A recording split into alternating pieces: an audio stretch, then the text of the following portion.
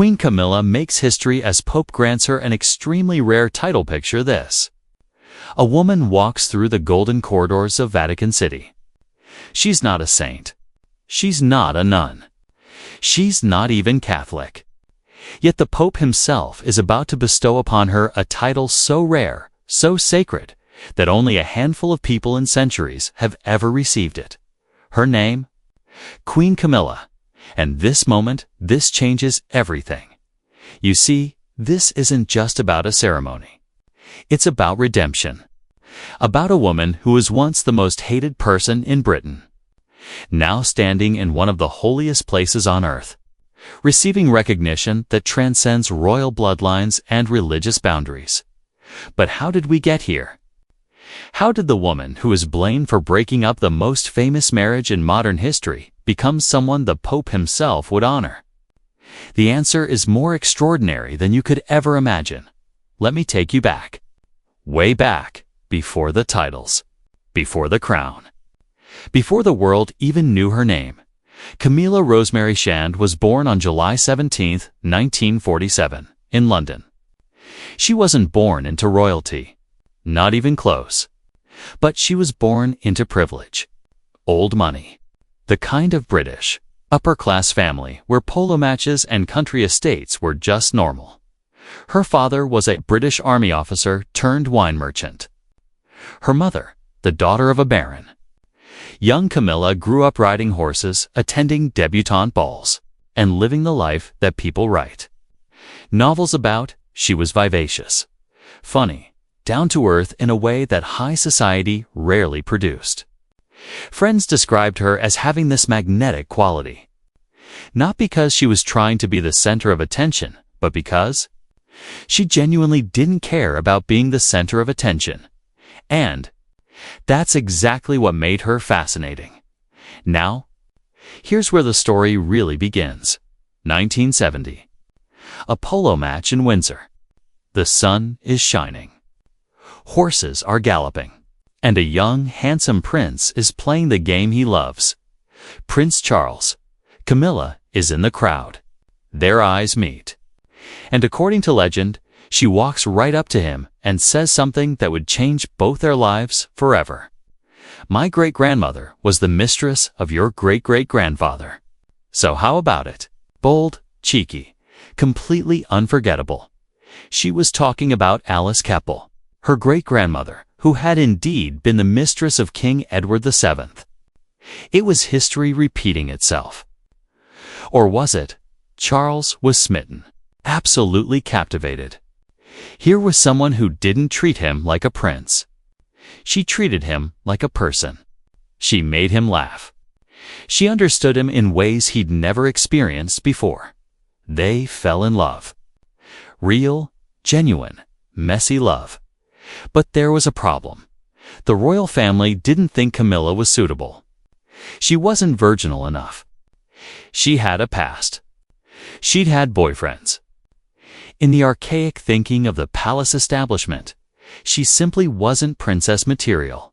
So what did they do? They separated them. Charles was sent away on naval duties. And while he was gone, Camilla moved on. She married Andrew Parker Bowles, a cavalry officer, in 1973. Charles was heartbroken. But the wheels of royal duty kept turning. And eventually, those wheels led him to a shy, young, beautiful kindergarten teacher named Diana Spencer. The world watched as Charles and Diana got engaged in 1981. The wedding in 1981 was called the Wedding of the Century. 750 million people tuned in worldwide. But here's what the world didn't know.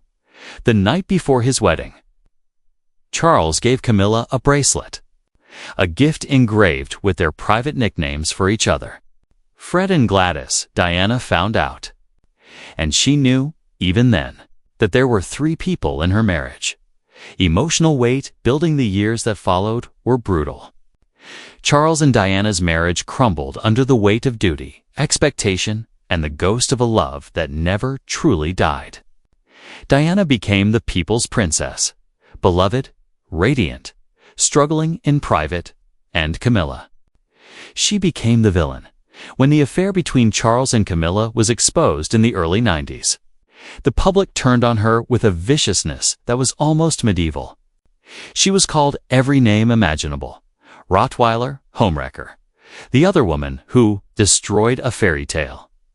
Tabloids stalked her. Protesters confronted her. She needed police protection just to leave her house.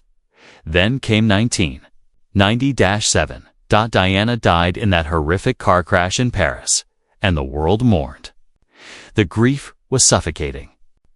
The anger was palpable. And Camilla. She went into hiding. She knew that in the eyes of millions, she was partly to blame, but time has a strange way of revealing truth.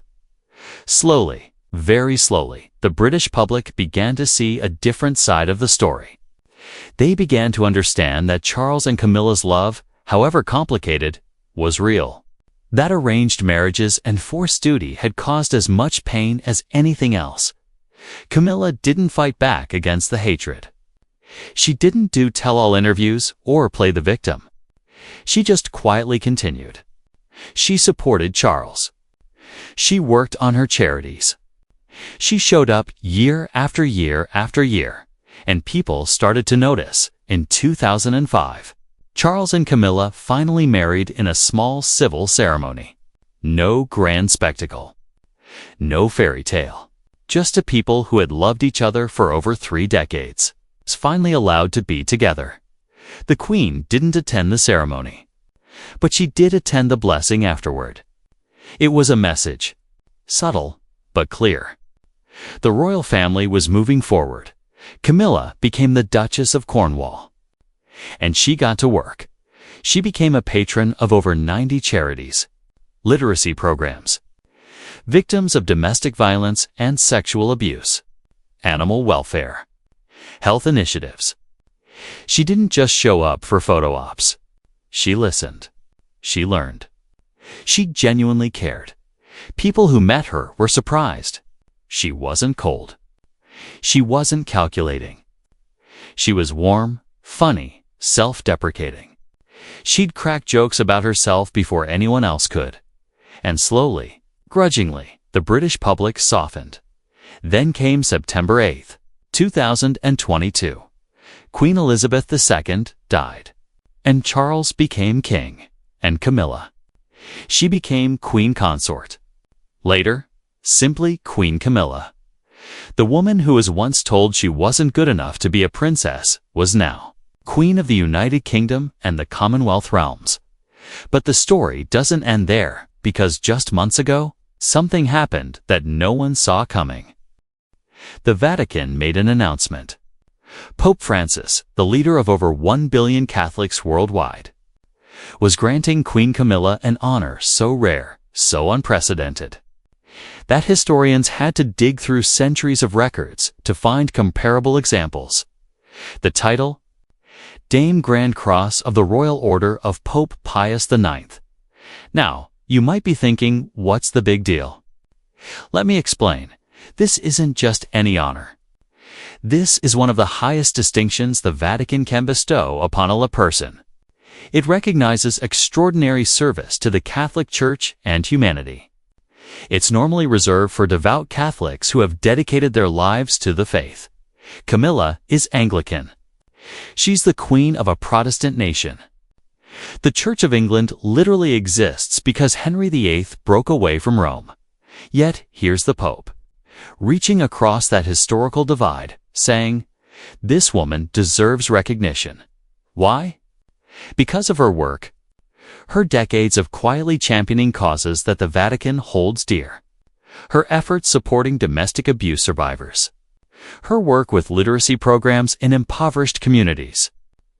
Her advocacy for interfaith dialogue. But there's something deeper here. Something more profound. Pope Francis has made it his mission to build bridges, to heal old wounds, to focus on what unites us rather than what divides us. And in honoring Camilla, he's sending a message that redemption is possible, that people can change, that the arc of a life isn't defined by its lowest moments, but by how we rise from them. Think about the symbolism. A divorced woman. Someone who was once at the center of scandal. Someone whom millions believed didn't deserve forgiveness, now being honored by the Pope himself. When Camilla received the news, sources say she was overwhelmed. Not with pride, though there was certainly that, but with something deeper: gratitude, humility, a sense that perhaps, finally, the narrative was shifting. The ceremony itself was intimate, not broadcast to millions, not turned into a spectacle. Just Camilla, Vatican officials, and the weight of history hanging in the air. She wore a simple dress. No crown, no excessive jewels. She wanted the focus to be on the honor itself, not on her dot. And when the title was officially bestowed, there were tears. Because this wasn't just about a title. It was about acknowledgement. About a life spent trying to make amends. About service over spectacle. The British press, predictably, had mixed reactions. Some celebrated it as a sign of Camilla's remarkable journey. Others questioned whether she deserved such recognition. But here's what's undeniable. The woman who was once chased by paparazzi, screamed at in the streets, and vilified in every newspaper across the globe is now a queen honored by the Pope. That's not just a redemption arc. That's a testament to the complexity of human beings. To the fact that we are all more than our mistakes. More than our worst moments. Camilla's story forces us to ask uncomfortable questions. How quick are we to judge? How eager are we to condemn? And how reluctant are we to forgive? She never pretended to be perfect. She never claimed to be a saint. But she showed up, day after day, year after year, doing the work, supporting the causes, being present. And maybe that's what Pope Francis saw. Not the scandal, not the tabloid headlines, but the decades of quiet service that followed. There's a lesson in that for all of us.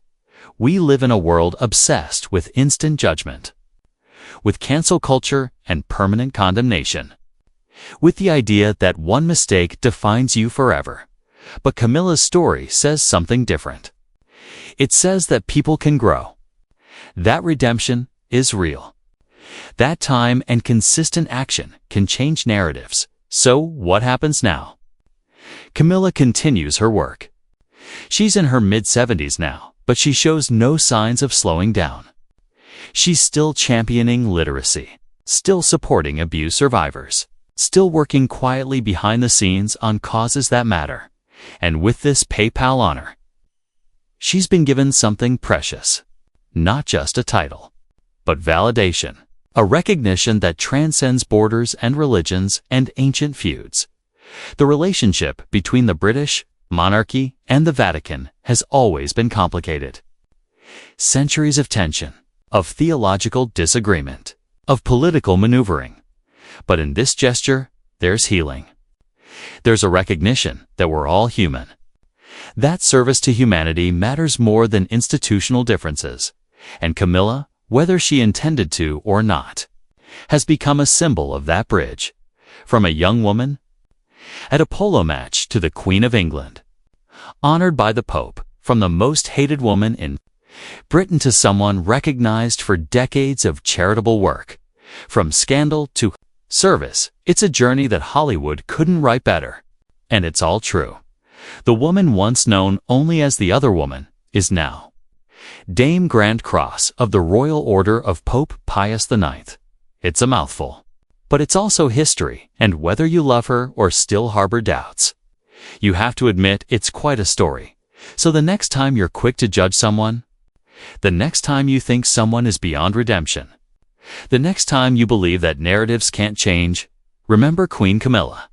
Remember that she was booed in the streets, that she needed security to protect her from her own countrymen, that she was seen as irredeemable. And now, the Pope himself has honored her. Life is long. People are complex. And sometimes, the villains of one chapter become the heroines of another. That's not just Camilla's story. That's the human story, and it's still being written. What do you think about Queen Camilla's incredible journey? Does she deserve this honor from the Pope? Let me know in the comments below. And if you found this story as fascinating as I did, make sure you subscribe to Luminoir for more untold stories about the people who shape our world. Hit that bell icon so you never miss an upload. Because here at Luminoir, we don't just tell stories. We illuminate them